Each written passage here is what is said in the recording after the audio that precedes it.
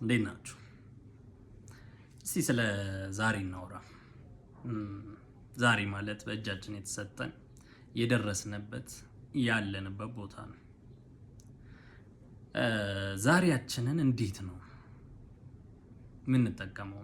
የኛ እንደሆነ የምንገልጸው የኛ በረከት እንደሆነ ምናውቀው ምንገነዘብበት ብለን ስናይ ያለፉትን ጊዜያቶቻችን ወደ ኋላ ማየት በቂ ነው። ትላንትና ይቆጨኛል ወይ አይቆጨኝም፣ ትላንት አመለጠችኝ ወይኔ የምንልበት ከሆነ በቀላሉ ስለ ዛሬያችን እናውቃለን። ዛሬ ላይ ደርሰን ስለ ነገ መጨነቅ የለብንም። ዛሬ ነው መጠቀም ያለብን ብዬ አስባለሁ። ዛሬ በጤና በበረከት ከደረሳችሁ ማስተዋልን ከጨመራችሁበት ምን ትፈልጋላችሁ? ነገ ብድር ሊኖርብህ ይችላል። መሄድ ያለበት ቦታ ሊኖርብሽ ይችላል።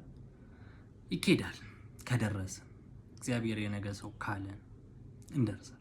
ዛሬ ግን መስራት ስላለብን መተው ስላለብን ነገሮች መጨነቅ ያለብን። ከዛ ውጪ የማናውቀው ነገያችንን ያመለጠን ትላንታችንን እያነሳን ጊዜያችን መፍጨት የለብን። የኛ ጊዜ ዛሬ ነው። መነሳት ያለብን ዛሬ ነው።